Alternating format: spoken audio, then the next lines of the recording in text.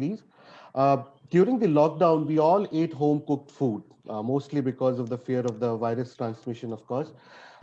We experimented, watched online videos, followed chefs to make all those food items we crave for at home. Not all succeeded, including me. So it is not a surprise that once it was clarified that the virus cannot transmit through food, people started ordering food and eating out. Now, with the unlock phases going on, QSR joints and other food serving startups are slowly witnessing sales. But is everything back to normal, or what is the new normal? That is what we will find out today. I'm Saurav Kumar, Editor Special Projects, Entrepreneur India, the moderator for the session. To update our Facebook viewers, the discussion will last for 45 minutes and will be followed by taking up questions from you. Post your questions through the comment section and do mention if you want a specific panelist to answer it. Let me now introduce our panelists for the day. We have with us today Ms. Nidhi Singh, co-founder Samosa Singh, Mr. Dheeraj Gupta, founder and MD of Jumbo King, Ms. Padmaja Ruparal, co-founder of Indian Angel Network, Mr. Vishal Jindal, co-founder and co-CEO of Skygate Hospitality Private Limited, which runs Biryani by Kilo, and Mr. Shah Miftaur Rahman, co-founder and CFOO of Wow Momo. Welcome, everyone. So let me start with a very basic question. So have the sales regained the pre-COVID levels, or are people still awaiting a vaccine to be fully sure about, that everything is safe? So, Miftor, if I can start with you. Yeah. So thank you, Saurabh. Good afternoon, everyone. It's past 12, so we can say good afternoon. So if you say that have the numbers gone back? So A is numbers, B is life. Life has definitely not gone back to normal, to the pre-COVID level, and hence I don't think the numbers would go back, and especially for the food industry. As we talk, if we need to give an example of our Momo, we are about 75% of the pre-COVID number, with less than about 65% stores operation. So there were a set of stores which we operated prior to COVID, and those locations just don't make sense anymore because the footfall for those locations have drastically reduced. There are places where people used to earlier flock, say in terms of food courts or in malls or in busy high street locations. People would go in and flock there in totality, but now nobody is going there. Even if they are going, they're not stopping to eat. So what has been definitely taken a hit, and food and hospitality, all of us know, has been the worst hit sectors. So what has definitely taken a hit is socializing, which was the earlier norm for eating out. Now that has taken a hit. What has picked up instead is delivery. So delivery is the new normal. Pre-order takeaway is the new normal. But the importance, or rather the share of the pie which the delivery has increased right now, does not commensurate to the fall in the dining experience which we earlier used to have. So net, the industry is operating between 50 to 70%. The smaller formats, the delivery focused formats, are ranging between 60 to 70. The dine-ins is a little lower. The fine dine restaurants are operating below 50, but that's how the new normal is. Mm. Okay, Dheeraj, what's your experience? Yeah, so hi everyone. So we our stores are largely located around the railway stations and the metros in Mumbai city. And with the trains being shut down, I think business came to a complete standstill. And of course, even colleges were shut, schools were shut. So it was difficult. I think all the way till I think for the first 6 months we were not doing much other than a little bit of Swiggy, Zomato, which was happening.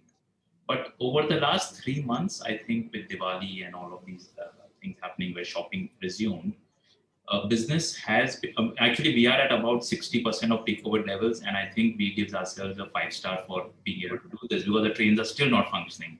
I think just having a very positive outlook towards what is going on makes a lot of difference. So yes, with trains opening in Mumbai city, things should get back to normal. So we are not in the socializing part of the. It's more of a need-based thing. It's like when people are traveling and they need a quick snack on the go. So that is where Jumbo King comes as a good option for people when it is very well priced and it does not spoil the dinner that a person is going to have after a couple of hours when he reaches home. So yes, we are taking a body blow as far as COVID is concerned, and I think all of us are in the same boat. So you have to just, I say, grin it, as in smile and just take it when it is bad. But yes, we are preparing. We've done a lot of groundwork in terms of training, in terms of understanding how the systems can be made stronger, so that when this opens up, we can hit the ground running. Right. Obviously, everyone, I think that this is a good time for introspection for everyone. So, Nidhi, I'll come to you. But if you can, tell me how the sales are. And also, I would want to know from you that once the lockdown started, I mean, obviously, we were not prepared for it, or some people may have an idea because other countries were imposing it, but we were not sure about lockdown here. How did you react? What did you do? Right. So for us, see, Samosa Singh, first of all, good afternoon to everyone. It's really nice to be here in the panel. Just answering the question here. It was, for us, Samosa Singh is also a manufacturing company. So rather than having our cloud kitchens and online businesses through deliveries, we also are a primarily a manufacturing company. So we are the one of the largest manufacturers of samosas and other Indian snacks in the south part of the country. So definitely, when lockdown happened, no one assumed it would be of this gravity. And just before lockdown, just 1 month prior to it, we invested very heavily into opening a nice flagship store at the Bangalore International Airport. That was one of our heaviest investment till date. In 4 years of business, that was one of the heaviest investment, and we really had high hopes. But just as the lockdown happened, the first cut of lockdown was in the multiplexes, and Samosa Singh had a significant presence in PVRs and Inox. We actually used to supply to them across Bangalore and Hyderabad. So certainly that business part was completely shut. The airport again was the second major hit, and in the airport, no one even comes to the airport in the quad area and other things once the airport is not functional.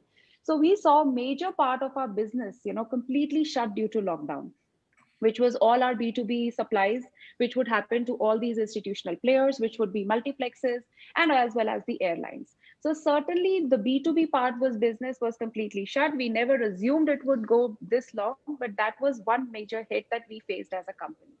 On the other hand, we were always primarily trying to expand our presence in the cloud kitchen domain. And we already had about 15 kitchens just around the time of COVID. The cloud kitchen part of the business was where we saw the demand really increasing. In fact, that particular part of the business never saw any major hunch. The challenge that we had to overcome, though, during the lockdown was to make sure that the cloud kitchens were operational. Initial days, April, May, we actually had to get so many permissions, so many special licenses to be able to operate those kitchens. But certainly, the demand was there. It was major a challenge to make sure we fulfill the demands by keeping those kitchens open. So during lockdown, 50% of our business was completely shut.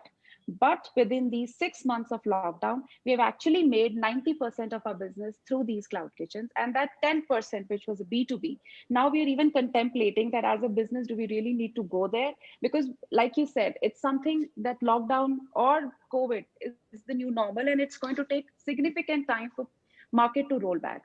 So I think there has been very huge learnings. As a production, we had to make our team really lean. We had to leverage all the capex that we had and kind of try to make something more out of it, get more results in the production so that the company could run on a more self-sustaining mode. I'll share what we did, maybe throughout further discussions. But those were the things that let us keep going. And the cloud kitchen business, which Dheeraj also just referred to, and even Shah mentioned that it is something which has really picked up the online deliveries. And just during the lockdown, we've actually expanded in now 35 kitchens. So where we were in 10, we are now in 35. So we've actually grown that part of the business well during COVID. Okay, fair enough. So before I go to Padmaja, I'll ask Vishal to give us his view. You sell something which is the favorite food of India, which is biryani. So tell us how has your what you did and how has your sales gone back to where it was earlier? So, sort of, I'll say biryani by kilo. I think we were positioned well enough as a delivery company and as an online company in a biryani category.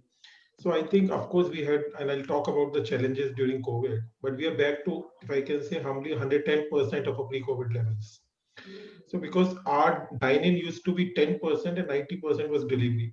So that dine-in, which was 10%, is now 5%, but the delivery, which was 90%, is now 105%. So overall, we are back to 110%, and we signed 4 new outlets last month and 2 outlets. So in a way, I think we always have been a cloud kitchen. We always have been in biryani category 5 years. We always also, I think, biryani by kilo, because of positioning, and the truth is that we make fresh biryani at every order, and the handi is sealed. So in the same handi in which we do dum cooking, we deliver. So the customer knows this, so they know it is very safe. The sealed handi is opened by the customer, and biryani as a category. And of course, we were always positioned as a company in terms of delivery as cloud kitchens. We have 40 cloud kitchens across India in more than 20 cities now, and delivery. So I think all that is in the tech and the whole organizational DNA. So sometimes, the dine-in companies, of course, they can do delivery, but I think the DNA of a company to be a delivery company takes a lot more in the tech and everything. So Touchwood, I think, because of being a fresh biryani, which is safe, and delivery technology and positioning like that, and so we are quite back and quite happy about it. But it was a very difficult period, April, May, June. Like Nidhi was saying, we all had to get special licenses just to get teams going, keep their morale up. All the management has to work double the hours, and normal hours are also 9-10 hours. So double the hours is just you're working, and I think we also did a lot of communication with the customers. We are the first ones, if I can say, to come out with safety videos, and as soon as the lockdown happened, and implement all those safety measures, like putting all employees, which everyone is putting now. I think we started doing very, very early, and all sanitization of kitchens, bags, all those safety communication, etc. I think helped. But touchwood, we are back around 110%, and we're signing a lot of new outlets. So I think we're in a good position. Mhm. Okay, fair enough. Good to hear from you that you passed the you reached the regained the peak. So Padmaja, I'll come to you. You heard four entrepreneurs in operating in different segments. Some sales back to 60%, some to 110%. Someone saying that we have gone to some other business and we find that do we need to go back to B2B. So here you are an investor. You've already invested in food business. So what do you make of this thing? Like people who were in cloud kitchen models say earlier and were not into QSR mode, maybe is this a blessing in disguise, or how do you think? How do you see how do you see the space? Thank you, Saurabh, first of all, and congratulations to Entrepreneur India to host this panel and get these the kind of founders we have who really built, I think, awesome companies and Right. lip-smacking products. But I think, from an investor perspective, in some ways, the pandemic has been a blessing. Okay, let me tell you why. When we invest, and IAN primarily is an investor in seed and early stage companies, right? And at a seed and early stage, it is our main bet. 70% of our diligence or bet is on the entrepreneurs, right? And the pandemic has actually done our job for us because it has stress tested for us the entrepreneurs. How have they gone through come out standing through the COVID tunnel, and how did they do it, right? So I think that is one. That's how we view the pandemic, and uh, how has each entrepreneur withstood it. So for instance, Wamomo did do essentials, somebody else went into cloud kitchens, somebody else who was completely, for instance, there are tons of dine-in restaurants which were completely closed and they went into delivering food. There are five-star hotels which have created delivery packs of very high quality premium catered food without actually catering it, right? So they've created they've created these recipes, packed it in proportions, given instructions how to cook it, and people are doing it at home. So I think these are the genetics which have come to fore to say how you handle a tough situation. This is a situation, as Dheeraj said, it's a it's really something which has come into the gut and you can't do anything but just handle it, right? So how you handle it is something which is very important. Number two, I think, is yes, when we look at it from an industry perspective, 75 to 80% uh, food businesses have come back to pre-COVID stage from a GMV perspective. The point which I think we worry about is what happens on the bottom line perspective, because that is a very different ballgame. So I think the focus therefore starts happening on costs, on procurement and supply chains. Packaging costs may have gone up. So I think the EBITDA piece is where we start thinking about. The third piece, I think, from a customer-driven perspective, and I think a lot of it has been already shared by Vishal, Dheeraj Shah, Miftar, and Nidhi. But I think the one shift that, if I look at it from a macro view, is especially for order-in foods, delivered foods. I think there is a shift in customer, especially when you look at the young corporate crowd, which is actually ordering the max. It's the target audience which orders maximum online delivery. I think they've gone home. They're working from Jalandhar and Jaipur and other places. I think there is a clear shift, and that shift is something that the businesses which are only focused on perhaps metropolitan cities need to think about. I'm not again talking about any of the four companies here. I'm giving a general statement that if you're focused only on the metropolitan or the big cities, I think there is a market out there which has suddenly been created because of this shift of professionals or shift of people working from home, a shift of people, quote unquote, going home. That's, I think, a huge opportunity. And the fourth piece which we are seeing is there is a focus on the kind of food that is coming, is the kind of food that is getting ordered. A lot of it is essentials or basic fundamental food, and I would include the pizzas and the biryanis there, apart from just ordering dal chawal khichdi, right? I think there is a big piece sitting right there which is waiting, because a lot of people who've gone home are not just wanting to order, let's say, a pasta or something high premium, but they are also wanting to order this. So I think there is a customer behavior change, there is a consumer demand change, there is clearly those single bachelor, be it girls or boys living in the city, that crowd is sort of reduced. How do you actually leverage that crowd is something that we are looking at. And the second big piece, be it is honestly for us, is the procurement side. With the logistical nightmares that we all went through, the entire country went through with the lockdown, and hats off to these guys who sort of managed to keep it going, because all their procurement, all their raw materials needed to be fresh, right? So, for biryani by kilo, Vishal must have hit his head against the wall to just get fresh meat or chicken, right? Miftar would have similar issue, and I'm sure vegetables and stuff, Jumbo King and Samosa Singh would have the same issues. I think now the stability into the procurement line, becoming innovative on your supply chains. How do you do your quality testing? Where do you do your quality testing? Because you don't want to now be spending money getting it from the mandi, your warehouse or kitchen, and then testing for quality. Do you need to create mobile quality testing scenario? So I think there is a huge learning, as Dheeraj mentioned, as to how we are doing this whole supply chain. Ultimately, the biggest fear for us, or for that matter, any food oriented business, be it raw material or cooked, I think is hygienic and fresh, right? If there is something that goes wrong there, for any business or brand, it sort of drops, it sort of impacts that, right? So I think, to me, the question then ultimately happens is, what are the processes that have been set in? What are the standards that have been set in? What are the logistic risks, or what are the risks that have been now re-looked at and risk mitigated? So to me, those are some of the things that we've started to look at, and we are looking at it deeply.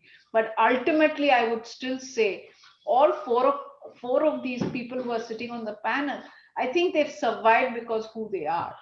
the quality of quality of focus, the quality and just the passion and resilience to fight this out is why they're still here. So my kudos to them, but that's what we look for. Right.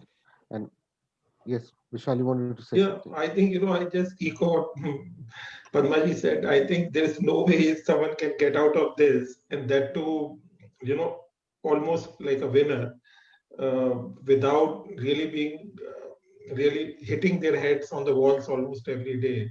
This was a difficult, very difficult period. I think keep your team motivated, resilient, and keep doing that communication with the customer. And I think it'll continue for some time. So I think it is a test of the management entrepreneurs also during these times. And there will be big winners also when this comes out. Okay, okay. Fair enough. Dheeraj, I'll come to you. Padmaja just mentioned about, people, more people now working from home are going back to their cities and, operating from there. Does this really worry you, or you think that or you need to, expand beyond where you are? Or do you think that it's just a matter of time? People anyway will be moving around the city in Bombay, especially Bombay. I'll talk about. So what do you think of the situation with this work from home? Because people will have more time to cook something for them at home. They can keep some ingredients ready. So is that something which will take away something from QSRs or takeaway counters? So, yeah, sort of. So that's a damn good question, which I get asked a lot. And see, we have been tracking sales data with Zomato, Swiggy, right? Because we sell with them. And not only us, but what other brands are doing, and overall as a platform, what is happening over there. And the data that we have, it is from reliable sources, is that over there also business is down.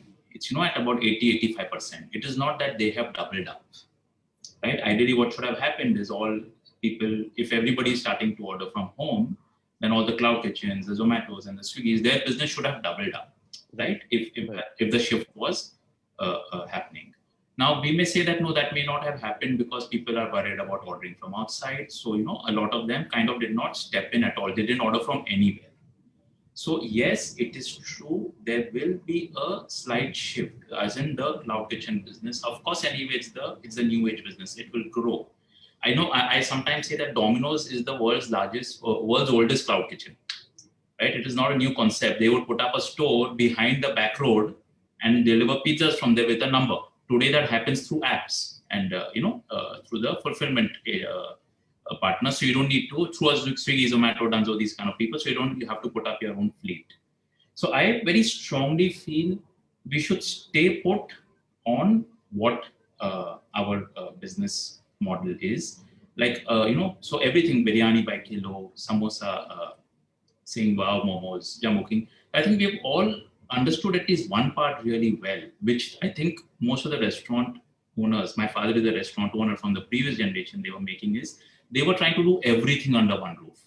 So typically at a restaurant over there, all the things that we are serving today, plus another 30 things would have been available on the menu in the restaurant.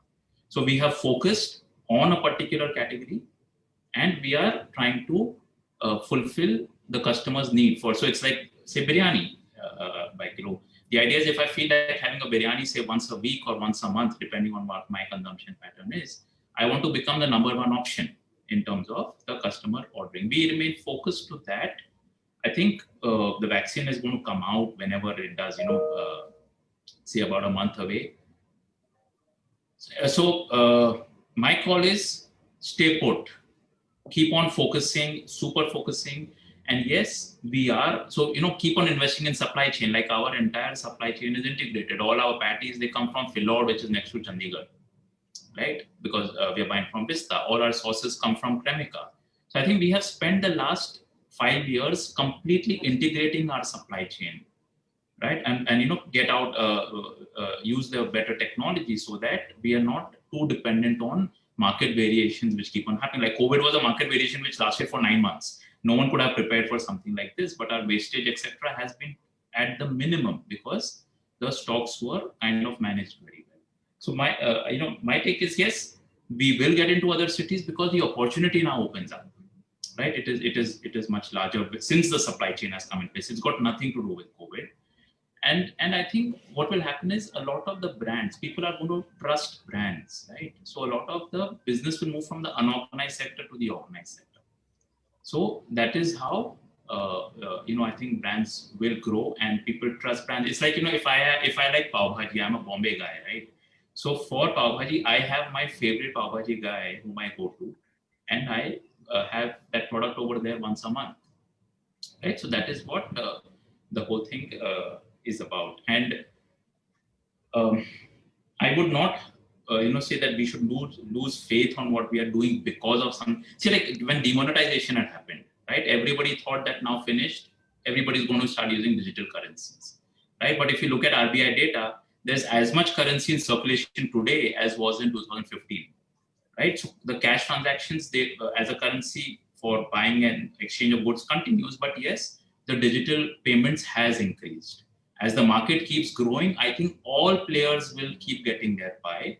One pie may grow faster than the other one, but we should remain focused on the pie that we are addressing. And yes, keep on learning. So it's like we have finally launched our loyalty program, right? Because Zomato, Swiggy don't share customer data, which is a big problem. So we can't remarket to them. We don't know who our customer is. We have launched our own loyalty program where there is this product called Thrive, right? Where customers will be able to order directly with us. They'll get it at prices probably 10% lower than on Zomato, Swiggy. And we'll fulfill that order through partners like Dunzo, Shadowfox, these kind of people. So the economy, the environment keeps changing. Instead of thinking Zomato, Swiggy is an enemy, or that they're going to take this away, we have kind of you figure out a way to win from that. Mhm. Right? So similarly, COVID is actually a good, I shouldn't say it's a good thing that happened, but it is a lot of learnings for us. And so we are not changing anything. We are staying put, but yes, we are going to change gears and probably go from second gear to fourth gear once the lockdown opens. Okay. I hope I've answered your question, Saurabh. No, fair enough, fair enough. I mean, everyone has a different idea. And with that, I'll go to Miftar and Nidhi and I'll ask, so you heard Dheeraj, he says that, stay put of what you were doing, but I believe both of you changed what you were focusing on to, to kind of keep at pace with the change that was happening, that was rapid. So I would want to know from you, is that a temporary change that was done to stay alive, or because obviously your focus, your USP was not that before, you changed to that? So is that going to be there for with you for a long time, or is it just for the time being and you will revert to what you were doing earlier? Yeah, so change is a very good word, and we would like to call it innovation. So till February, life was going as usual. We had about 345 stores that were largely takeaway delivery, and a decent percentage was dining. And it was business as usual. We had raised money last year, and we had a massive expansion plan. We had planned to open about 200 stores this financial year as we speak. Then came in a jolt from in the month of March, and from April our sales went down to almost 10%. From 340 stores, we were operating less than about 35 stores, and with 10% revenue, with the costs, the level of cost that we had reached across 16 cities, it was a massive infra which had to be moved.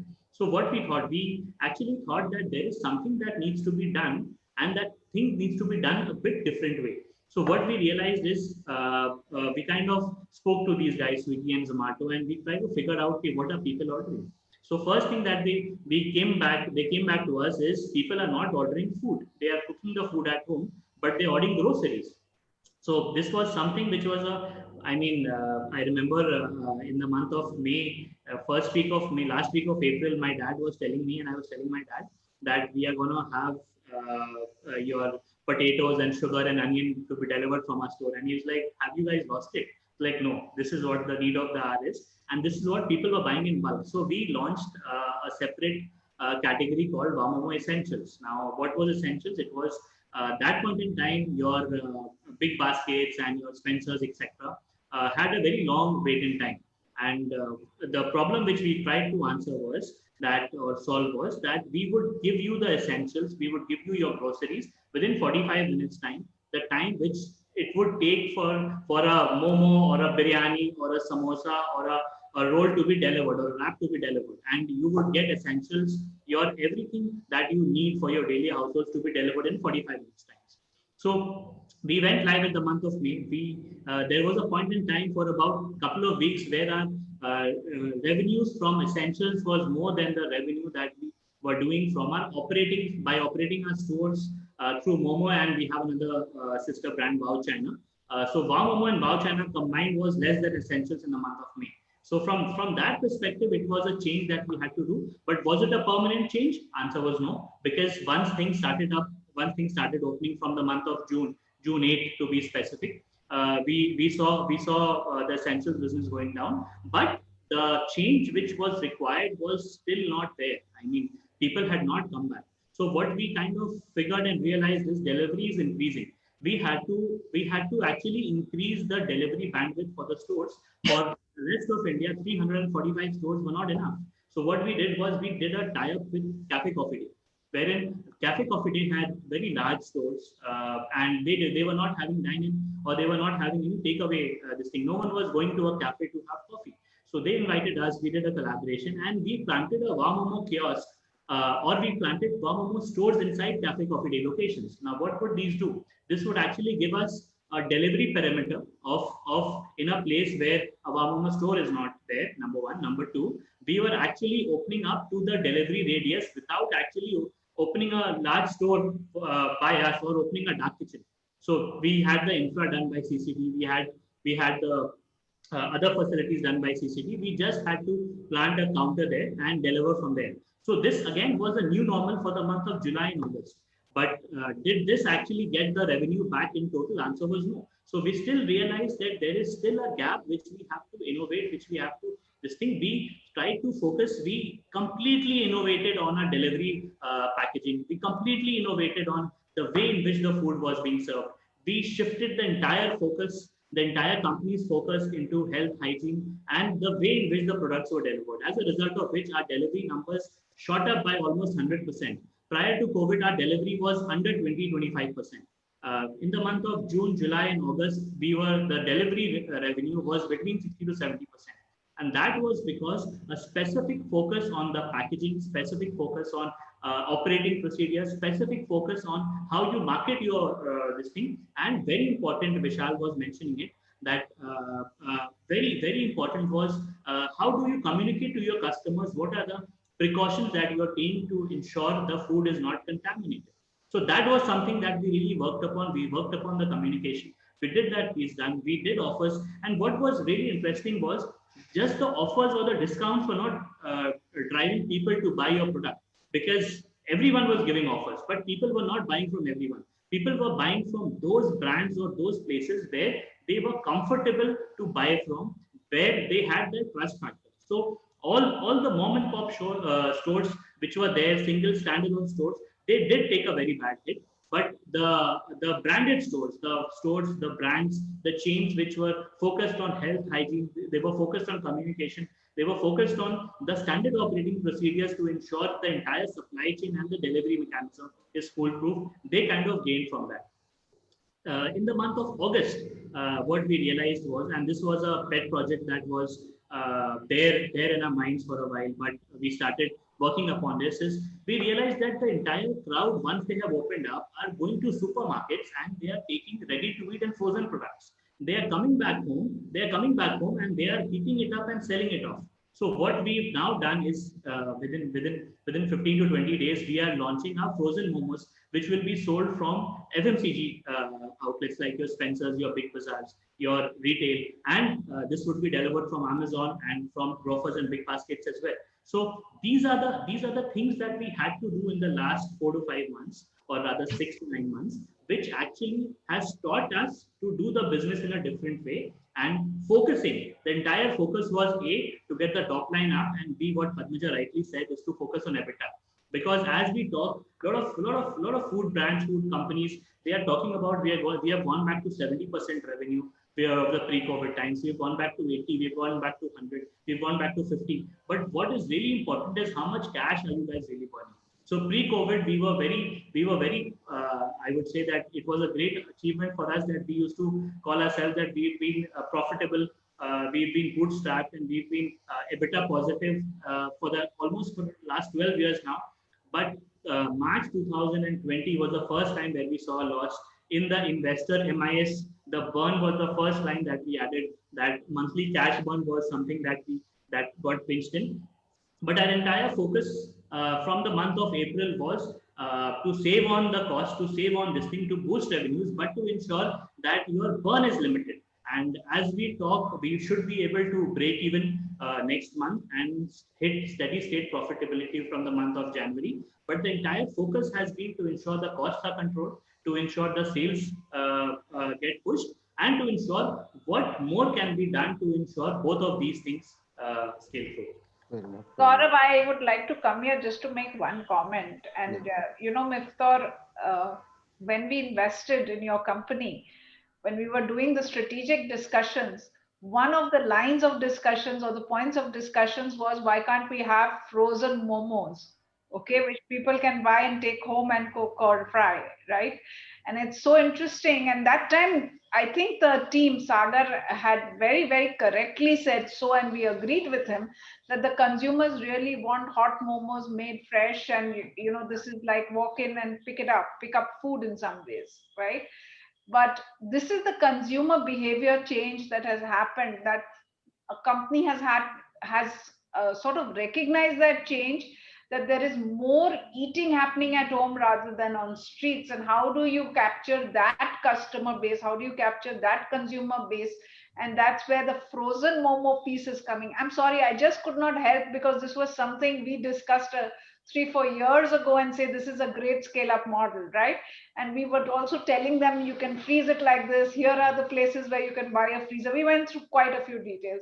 So but that's I think more jocularly, but I think that's the consumer behavior change, that is the customer is not eating on the road, he's eating at home, and that's the customer base that needs to be captured.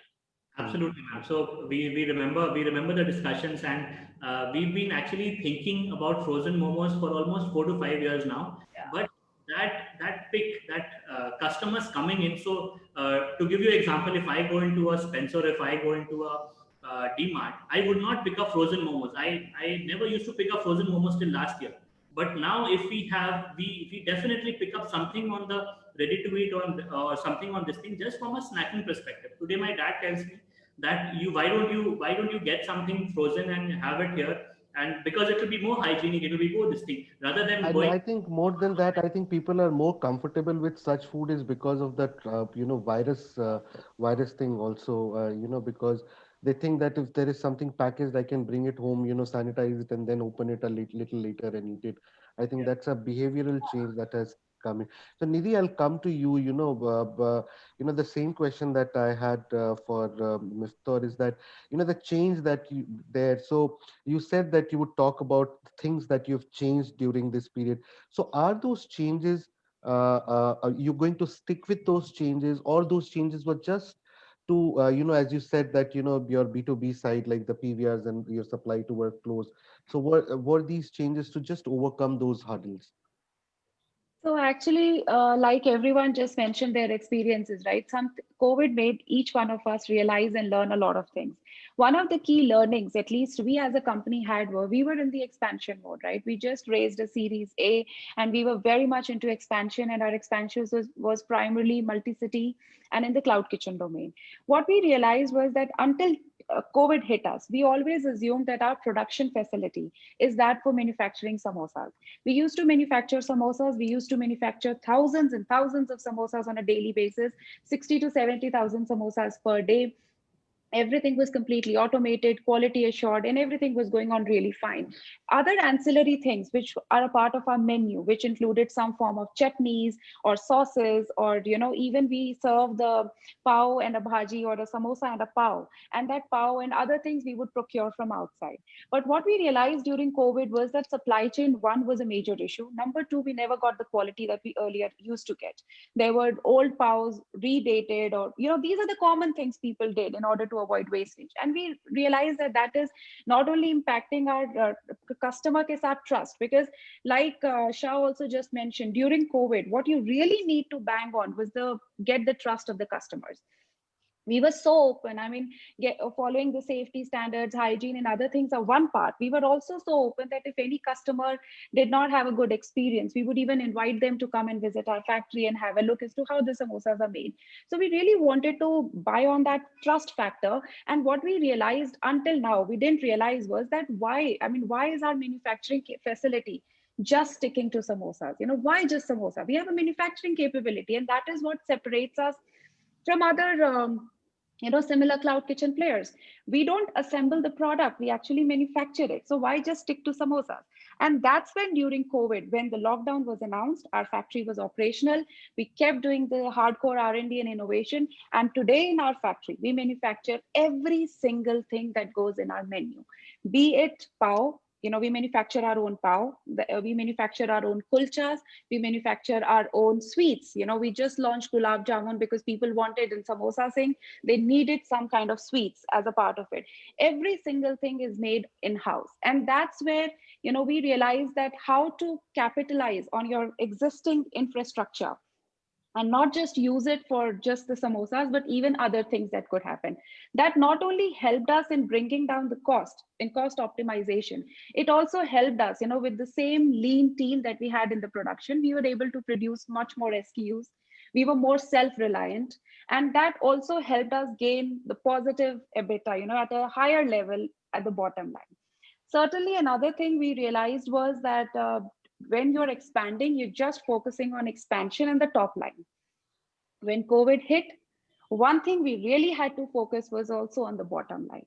Like Padamja just mentioned, there is a shift in the people. They're actually moving out. And that is true. We were in Bangalore and Hyderabad, and we have actually seen that the Bangalore market, people have moved out to their natives. I have a counter at the airport, and the number of walk-ins out of Bangalore is much higher than people coming into the city. And that is why in Bangalore, we are certainly seeing that certain areas, which had the maximum migrant population within the part of the city, which had maximum PGs, maximum colleges, the market there is very, very trim. We don't have too many people there. But as opposed to Bangalore, Hyderabad, which has more percentage of native people, or maybe people have migrated to it, there we have seen a very good rise in the consumption. And that is why, leveraging this, we started expanding more in Hyderabad during this time as equivalent to Bangalore. And today my Hyderabad stores are as many as in Bangalore. So we have made these changes, and these changes are here to stick with us for long. I mean, now we don't even see our manufacturing company as a samosa manufacturing. We see our manufacturing facility as being able to support us to manufacture everything that we sell or do. So these are the things, and because of that, we have really been very, focused on effective bottom line. We've been achieving it at per cloud kitchen level. We have seen that earlier some of our cloud kitchens, would not even reach EBITDA positive, and now they're consistently EBITDA positive since last 9 to 10 months. And just on the cloud kitchen business, we've been just achieving through that cloud kitchen business, we've been able to reach up to 80% of our revenue where we were pre-COVID, assuming the B2B. So now, what COVID has also made us realize is to have the business self-functional, not just dependent on third parties. Never someone thought that multiplexes would not be operating for a year. Having a business relying on a third party or a business is a little risky model. And that is why, that's the reason we raised the money to actually have our own cloud kitchens and presence across. And that's what we will be focusing on going forward. Great. I think one of the reasons also you mentioned about the areas where PGs are there, colleges are there, is because colleges are closed right now. So Correct. That is true. the entire student population is in their hometowns, wherever they are. And So I think. sort of this is something which is happening in multiple areas with multiple companies. I mean, it's not just for us. And that's why when I was speaking to one of the key leadership positions at one of these aggregator platforms, we came up with a proposal. Why don't we increase the delivery radius, from 4 to 6 kilometers to actually 10 kilometers in those target hit areas? And in some areas in Bangalore, where we are primarily operating, this is actually getting functional because there are so less people there and there's so many restaurants, everyone is facing the same heat. Why not increase the delivery radius? So small things we are looking into. And at the same time, some kitchens where the walk-ins are not as many, where the orders are not as many because of the number of people are less, we are operating on a lean team versus the other locations. So just trying to manage the demand. But overall, we've seen that thankfully, even during COVID, and even now, post COVID, the delivery demand tailwinds is really high. We have never seen any dip here, be it Diwali or other, or overall, it's been really going well. But certainly, there has been a slight 10 to 15% variation because of the migrants moving out of the Right, city. right, right, right. Vishal, I'll come to you. So, we heard Dheeraj, we also heard Nidhi that, there have been changes in menus. Nidhi said that they have started gulab jamun.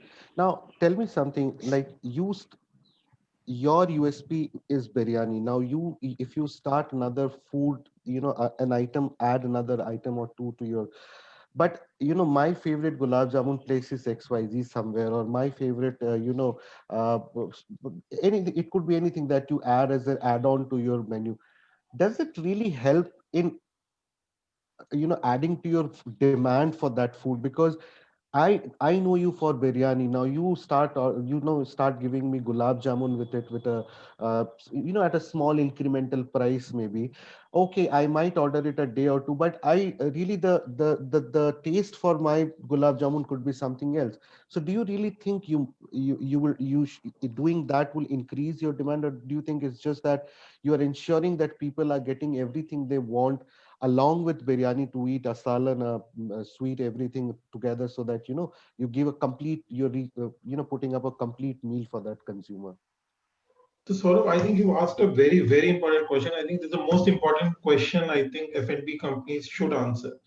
And with due respect to everyone on the panel, we have some differing views, and I think closer to what Dheeraj said, closer to his views, that changes have to be strategic in nature and very long term, right? This is an age of specialization. See, there is a reason why you don't see Domino's frozen pizza on the shelf. There's a reason why KFC's frozen chicken is not sold on a modern bazaar or a Spencer. There's a reason for that.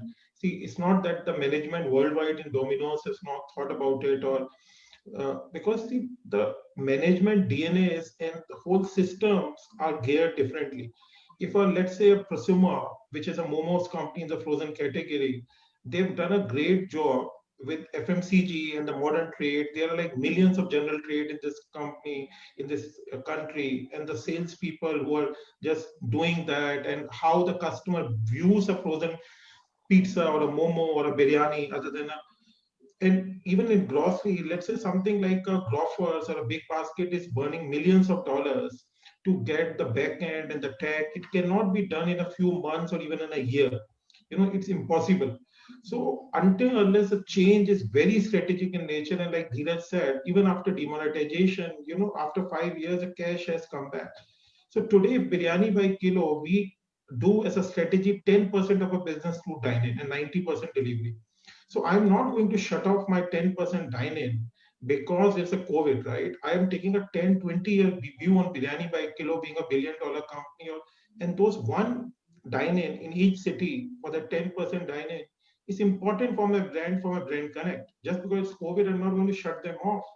It's a part of my 10-year strategy, right? Until something is a part of your 10-year strategy, it has no meaning until unless you are doing it for a very tactical reason for your bottom line, just to survive, right? So a lot of even the cloud kitchen companies, to answer your question directly, they will say, okay, we want to, instead other than biryani, let's do pizza.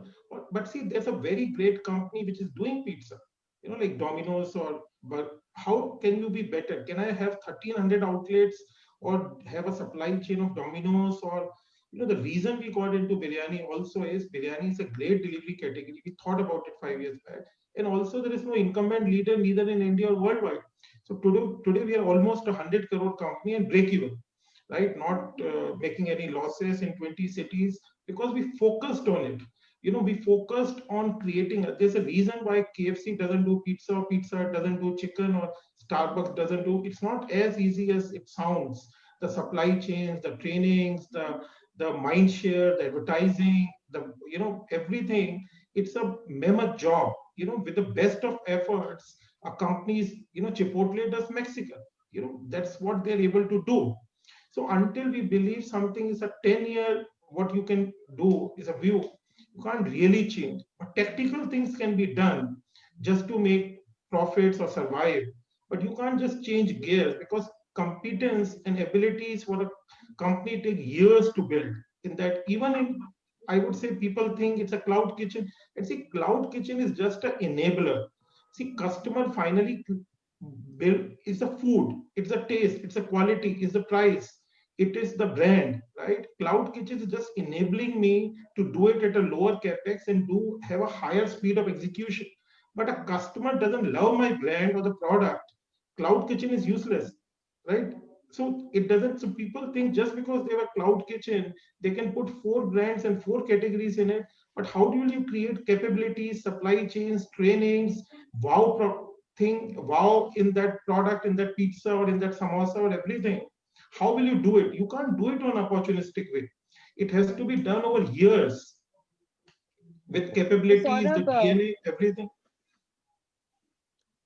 Yeah, Nidhi, you wanted to say something? no, I was just saying that what Vishal is saying is absolutely true. But here there's one more angle to it, which is the cloud kitchen domain is a little tricky and a different because it's 100% driven by the customer's impulse.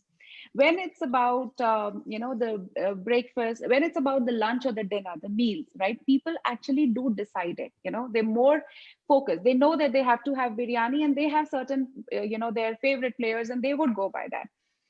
There are certain segments where we're dealing with, which is India's snacking, the snack segment that is highly driven by impulse. What people would want to have during snacks time between 3 to 7 p.m. window, they want something which is light on the pocket. They also want something which is like a tangy and a chatpata kind of a snack. They don't want it a heavy meal, and it's 100% driven by the impulse. Now what happened during COVID was we realized that there are certain things which actually picked up the demand. There was a certain surge. For example, just around April time, our best seller has always been the samosa. In fact, that is 80% of our revenue comes from samosa, and the other things are just ancillary because it needed to be there so that it caters to the multiple demands from a particular family. Now during COVID, what we realized, people started ordering too much of chai along with the samosa. The reason being, there were so many bachelors, they may not have the provision to make tea in house. And that's when we realized we just had one variety of chai, which was a masala chai in our menu, and we never really saw such a huge surge in masala chai along with samosa, because samosa chai is like a combo, and it started selling really quick. Then the next thing we saw was during COVID, people started avoiding curd based things, the curd, because they had this feeling that it might, they might fall ill or whatever. And they started asking for something hot, hot charts, samosa chaat, but without the curd, or just similar things. Or maybe Sagar, Shah can add that it could be like hot momos or something which is really hot in nature. And that's how we started seeing the trend.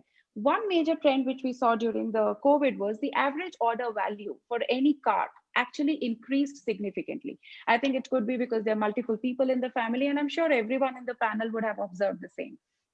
And there are certain demands that started coming in, because when you're ordering through any aggregator, you actually do not have the provision yet, to order a snacks from Samosa Singh, to order some appetizing momos from Wow Momo, to order a proper dinner from Biryani by Kilo, and maybe have a nice sweet or a dessert, and then kind of close the entire cart and go about it. So you actually have to order from one particular restaurant, and people would want that apart from that speciality, you have a few things here and there. So here, I mean, what I'm trying to emphasize here is that, very well resonating with what Vishal said, that your focus always has to be on the core product. I mean, people would come to Samosa Singh for samosas. and not gulab jamuns. They would come to Wow Momo for momos, and that's there in each of our names as well. But at the same time, there are certain things we have to have Did in they our come to menu us also, items. Did they come to us? Definitely. Yeah. Certainly they would. And there are certain items that you have to have in your menu that actually complements No, your core offering. Nidhi, we also have at Biryani by Kilo, we are very proud of our kebabs, kormas, finni. Correct. So that completes the menu, but that's a 10-year view we have taken from day one. Correct. So whatever, and COVID can create, certain different views, but those views have to be for another 10 years, not for another 6 True. months. Absolutely. Yes, It cannot be absolutely. done because you are finding it opportunistic to do for the next 6 months or 1 year. Right? Very true. And I And have the seen channels, certain So I think someone who can be good in TV doesn't mean they can be good in movies. Or someone who's good true. in movies cannot be good. So just because they know acting or direction, it doesn't mean much. So what you are creating for a frozen product is very different. The mindset, the packaging, the companies. Although Wow Momo is a great company and I love Saga, and see they might be able to, because this might be a different thing. But generally, it's easier said than done. The whole management bandwidth, how it is focused, is very important, and the resources you have. Every team has certain I resources of think what money, time. Al is trying to this thing is, it's very important, is you need to understand what your core business is. So Mhm. someone who's selling bread and butter, the core business is bread and butter. He can bring in a chai to sell along with the bread and butter, Right. but 75% is going to be bread and butter. So Yeah. even with us, if we try to do essentials, or if we try to do into FMCG, it's a new business line that we are trying to this thing. Are we shutting down the old stores? Answer is no. Are we dividing? Are we moving the focus from the traditional QSR that we've been selling from the last 12 years? Answer is no. So when someone throws a challenge to you, so like COVID, it's a challenge. You should look at it as an opportunity to see. No, First, Raman, as long as I'm just a saying, second. so as When you long as you're ask taking a yourself whether 10-year you view, have it's the okay. bandwidth to deliver, and B, if yes, then why not take it up, provided things allow. I No, think I agree completely. As long Vishal, as it's a 10-year view, it's perfectly fine. I'll just want to let Dheeraj wants to say something. Please, Dheeraj, go ahead. Mhm. I think Nidhi's company, they are younger. They're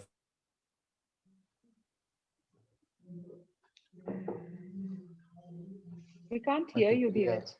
I think he's frozen. yeah, he's frozen. I, so anyway, till the I, But time. I'd like to make a point while Dheeraj Acha, comes. Dheeraj is back. Dheeraj is back. Dheeraj Yeah. is Yeah. Please go ahead. so, so if ever you look at raising money or anything like that, please give me a call. I am investing now. Okay, I hope you never need to raise money, Vishal. But अगर कुछ होता है तो मुझे please You're याद saying to रखो. me, Yes, Dheeraj? yes, yes, Okay. yes. Thank you. So, Okay. see, and what I want to say is that, okay, it's like we are learning from the international QSRs. When Subway puts up 78,000 stores worldwide, right? That is what gives me goosebumps. Okay, they have their manufacturing entirely outsourced. They don't do a single thing themselves. Okay, they have their entire front end with franchisees. They don't have a single store of their own.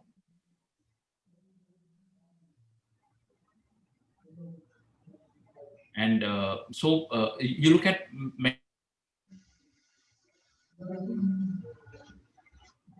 I think we're losing Dheeraj. Your voice is breaking up here. Can't hear. Anyway, Padmaja, you wanted to say something till the time Dheeraj Yeah, comes I back. think first of all, I really enjoyed this because I learned the maximum. And yeah, for me, this was like ready-made gyan coming into me. So thank you. All of Arun ji, आपके पास इतना ज्ञान है, आपको कौन दे सकता है? Dheeraj, Dheeraj, I think we can hear you now, so you can, if you Yeah. want to finish. so I think we as Indian, so there was talk about quality control when you outsourced it. Today, when we were making our patty ourselves, okay, we were making it at 15 rupees a kilo, the conversion cost in our kitchen. When we moved to Vista, our manufacturing cost increased by more than 2.5 times. Now, please understand that is 100 crore infrastructure. The call was, let us tie in with the best in class manufacturers and get the economies of scale in by giving them large volumes. And that is the way we can get to 5,000 or 10,000 stores in the country. If we keep on trying to control our kitchens, thinking, okay, so you'll not get the right quality if you go to the wrong suppliers. The right suppliers are going to be more expensive. So I think the call that, so we as companies, we need to understand that because we are in the business of brand creation. That is where the real IP lies, right? Yes. And whatever can be outsourced should be outsourced, but find great partners who understand quality is important. Why does McDonald's outsource everything? They don't make everything on their own, right? They have the money, the wherewithal to do everything themselves.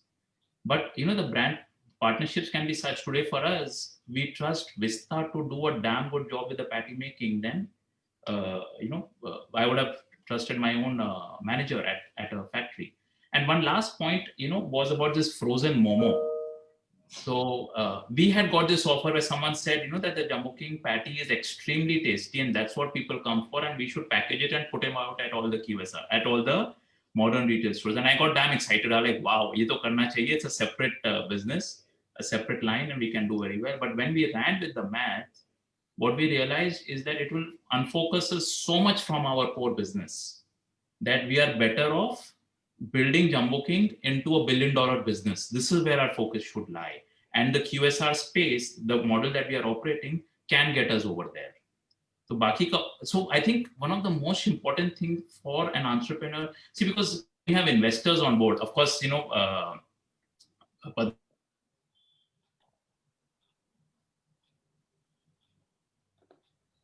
they're just frozen a bit. hello. Yes, go ahead. Right? So what happens is getting the buy-in from your investors to understand that because the investors always come in with the best intention when they invest. And in times of COVID, solutions start coming up from all directions because you're not being able to give them a solution basis your past thinking. But convincing them and staying put is a very important skill that an entrepreneur needs to have, where you take the investor along. So, I have had a lot of pressure. People said, ye bhi karna hai, wo bhi karna hai, we should do this, what is happening. This I'm talking of, that we are now in our 20th year. And I remember those pressures used to be really tough. Viraj was, no, remain focused. So, everything that Vishal said, that is focused by Al Rice and Jack Trout. And that was what I would keep saying in every meeting, that Starbucks does one thing, Subway does one thing. In the pizza category, Pizza Hut does the dine-in, Domino's does the takeaway. Pizza Hut tried doing the takeaway, they do a damn bad job. Domino's tried to do the, the seating in. I said, I feel like I'm in a hospital when I go to a Domino's store to eat over there. I will not go there with my family, but I will call for it at home. So once we understand it's the user need which we need to get a pulse of and become the best at that, I promise you all the brands over here have the potential to become billion-dollar businesses and go outside also. So that was my Sure, thank you. That was really fair enough. And we've run out of time, but I'll come to Padmaja before we wrap it up. So two things. I think first you wanted to say something, and the second, my question, the sign of question would be, so do you think that I'm going to see a walk-in store where Miftar has put his momos and Nidhi has put her samosa and Vishal has put his biryani and Dheeraj has put vada pav together. So rather than I specialize in biryani and I try to get make momos. Rather, I would start getting those things together. Do you think there is going to be collaborations as such, which might happen? I'm not sure if that can happen, but just asking. I kind of just go first at this. Okay. I think what we'll do is we should all put up one store next to each other and make it into a food court. We don't need to put it up in the same store. Yeah. That's a great idea. Right? We all take up. Let me answer this differently. I think, first of all, I completely agree that food itself is a brand play. Rather than, yes, the brand has to be defended with a good high quality product, hygienic, fresh, etc., right? But it is a brand play. If the brand is not there, it's not going to work, whether it's a niche brand or a scaled up brand. You go to a very niche, high quality boutique restaurant, it is the brand why you're walking there. It is the brand which is demanding the premium prices. It is the brand that is sort of getting the customer into the door. So I completely agree, it's a brand. Number two, I think what I'm gathering, and I personally believe there has to be a model of scale if you want to grow. Without a model of scale, it doesn't work. What you do in-house, what you outsource, how you manage that outsource, your SOPs, your processes, your logistics, etc., etc. I think that is very important.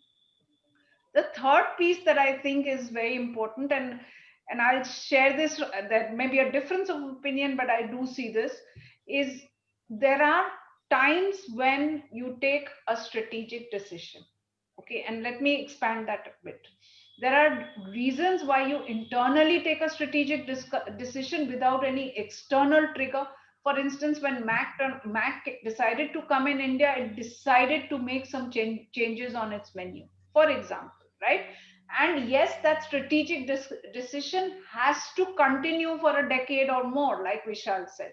But that's a conscious strategic decision, is one way of looking at it. The other way of looking at a strategic decision, a strategic decision that the company may need to take, is due to an external factor. For instance, and I'm going to stay away from the 4 brands that are sitting on this panel, I know of a brand which is into coffee. Okay, coffee, fresh coffee is something which is a takeaway. It's made there and you pick it up, and it's pick up and go. And certain brands are driven by socializing, by the fundamentals of socializing, and certain brand or food items are driven by the fundamentals of social. They work towards social distancing. If I just look at biryani by kilo delivering, they started by delivering food at home or and parties or catered, right? So I think for them, the social distancing that happened because of COVID and lockdown and pandemic and blah blah blah, they were aligned to that. But there are coffee brands out there which is, you get out of the airport, you pick up that coffee, that completely got killed. So the focus still has to be on survival, and then you have to start thinking, which they did, and I won't give the name of the brand with due respect to the brand, is that they decided to say, if my core product or my core products, this differentiating factor is my coffee powder, is there a way that I can continue my business, continue it during COVID and beyond COVID, by packaging that coffee powder into sachets and selling it online?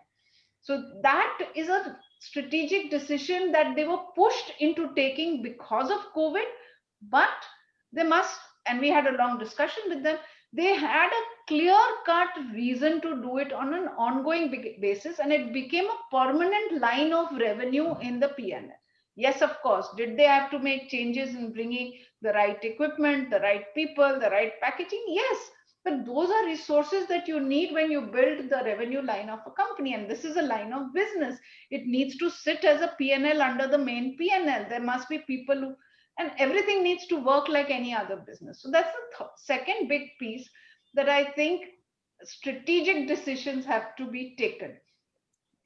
The last thing, I think, to your point, Saurabh, I honestly feel that, and perhaps I'm a wrong age group, I will put my reps and warranties there, but honestly, when we order food or we buy food, irrespective of whether you dine in or you order in, I think we at least go by the brands. We would want to go to biryani by kilo purely because of the biryani. Okay. The add-ons are more to say, is this a complement to that food, like a salan or a firni or whatever, right? Do I want to have the convenience of being saying that I have a family of 10 and somebody wants a biryani, somebody wants a jumbo king, which, by the way, I do want a jumbo king, which I haven't eaten for many, many years. And that's Dheeraj on your head.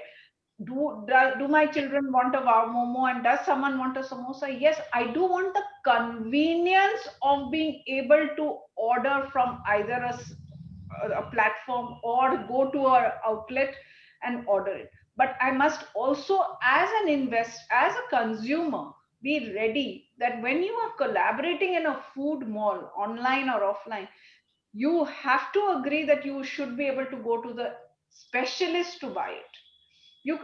I personally think that there is a huge value, and I'm now wearing my investor hat. There's a huge value in a specialized brand.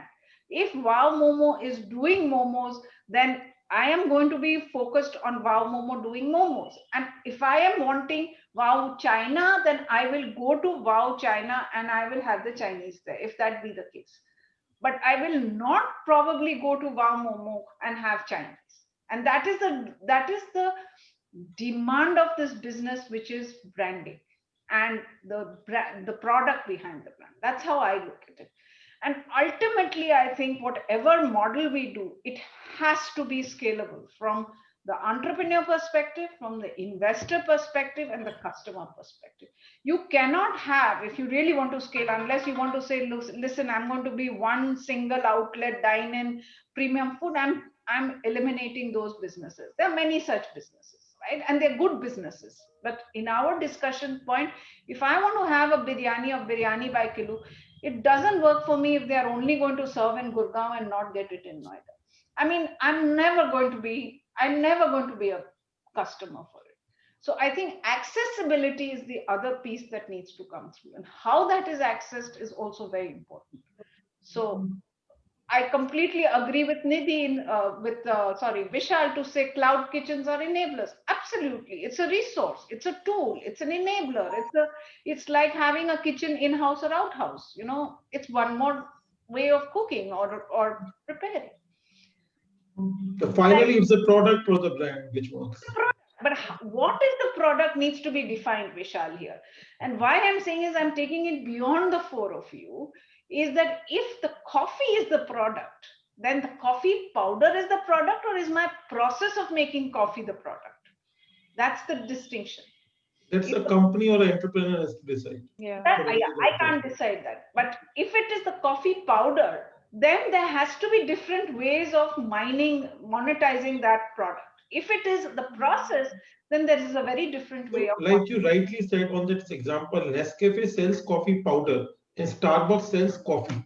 So those are two different brands. Not one. Starbucks cannot sell coffee powder. Nescafe cannot sell coffee. Absolutely. So those are different things. People, just because it sounds coffee, it is all very different. Yeah. And I think situations like COVID, okay, push people, and all of us are humans, remember that, okay?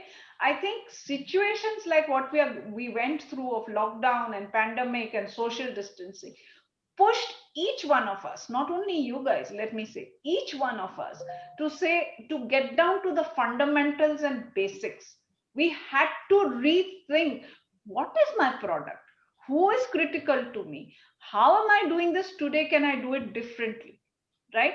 Why in our business, the first question that came up, we have a 2-floor office. Do we need it?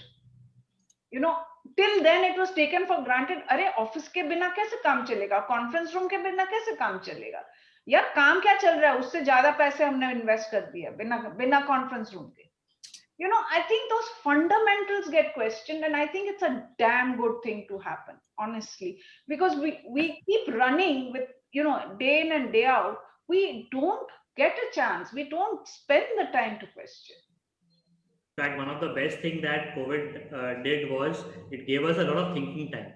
So going back to the blackboard was something which we were actually not getting time to do. And we had days and days at length, at peace, to actually kind of course, after firefighting on the daily activity and ensuring the payrolls and the rentals and the vendors get paid. Apart from that, the free time that we actually were able to rethink as to where are we heading. Yeah. Actually, I got presentations and food presentations. Okay. I got business plans where guys were asking me for 25 crores. I promise you this has happened. Okay. And we were discussing, why do you need 25 crores? COVID hit. 1 month later, they said the same proposal, same thing, 15 crores. Runway, instead of 20 months, it went up to 36 months. And it's damn good, because for the entrepreneur, why should he dilute? Why should he give away more than he needs to? So I think it's a good thing to rethink. And I honestly feel the most expensive way of raising money or funding your companies is equity money. Please don't raise money from investors if you can raise it, if you can fund your companies through revenues or any other means. Revenues is the best way to do it. So we have really run out of time, but I think Dheeraj, you want to make a Yeah. point. So quickly, if you I can just, make that and then. thank you for this, Saurabh. So, just answering one of the points that Padmaja ji mentioned in her last conversation was, see, I think to simplify or oversimplify this, it is all about category play, right? So, uh, Wamomo has created a new category called momos, and their sole objective should be because I am going to be in the top 3 players in this category because challenger brands will come in, right? So Indian food market, because it is so largely unorganized, so Samosa Singh, I think they have done a brilliant job by finding a category which is very large and unbranded and created a brand out of that. Their focus, like what Vishal kept saying, the next 10-year focus should be that was this entire samosa category, the pie which is there. I want to have a 51% market share nationally. And how large is that opportunity? And stay very, very focused onto that. So, similarly, biryani by the kilo. So once we understand that which category am I operating it in, and so either I create a new category or I go into an existing category. So like Jumbo King, we now have repositioned ourselves as the Indian burger. Guessing because nationally we feel that burgers is a larger market. There are these, a lot of these players who have made very, very significant investments and created the category. We would love to be in the top 3 in the burger category rather than spend a lot of money in creating vada pav as a category. So, once these decisions are made, then within the category, how are you positioning yourself? Premium or mass? And that is, once you get this part right, you'll see all the other elements will fall in place. Whether I manufacture, I outsource, I put up company-owned stores, I franchise, all of those things will fall in place. But the key decision is what is my category, and I stick to it. So, like in Wow Momos, if I'm giving the restaurant experience, I have to give the best restaurant experience when it comes to momos. While when it comes to the modern retail, frozen momos is going to be a very different category. My free advice, kind of, Mr. Hood, to you would be try it out, do a dipstick, but probably don't call it Wow Momo, call it something else. You would have straddled the whole thing and taking all of it, but the customer should not come to know because I think CCD, made this error where they were this very nice 1,000 square feet store, and then they put up those chota kiosks at railway stations, if you remember, CCD Express. And I'm like, what the hell, yeah? I am expecting CCD to be this very nice experience. ये तो यहाँ पर मेरे को cup में डाल के a very unclean looking vendor is giving it to me for $20. So CCD, the brand, took a hit over there. They should have actually called it something else if they felt it is a large enough opportunity. So Dheeraj, we'll pick your brain up on this. We've done a strategy and we are not calling it specifically Wamomo Frozen. There is a separate packaging which goes into it, but we will discuss with you. It will be a good lengthy offline discussion. Okay, I think. Make sure the advice continues to be free. So I'll have to stop it here because we've really overshot the time by quite some time. But I know that this discussion can go on for another quite 2 hours maybe because of the interest that we all have in this category, which is food. I mean, it's one thing that everyone works, बोलते हैं कि जीने के लिए खाना, खाने के लिए जीना. Obviously जीने के लिए खाना, but खाना जब जी रहे तो अच्छा क्यों नहीं खाएं? So we all need good food. खाने के लिए जी रहे हैं, क्या बात है? So thank you everyone, and for this very healthy discussion. And I would really wish to see all of you again together, maybe 3 months, 4 months down the line, and reflect back that what we have talk today, and let's see what where we have reached at that point in time. So thank you so much, and wish you a good day. Thank you. One request, Thank you. just if you just give our numbers to each other. So we have all I'm talking to Padmaja ji, and I need to speak with so we have all connected on the mail. The mail addresses is there in the connecting brief, so in case you want, otherwise you can do that as well. So we pick it up from there. Yeah. Okay, All right. great. Thank you. Thank you so much. Thank Thank you. you. Thanks Thank you. everyone. Great Thanks. being with you guys. Thank you. Yeah, bye. Right.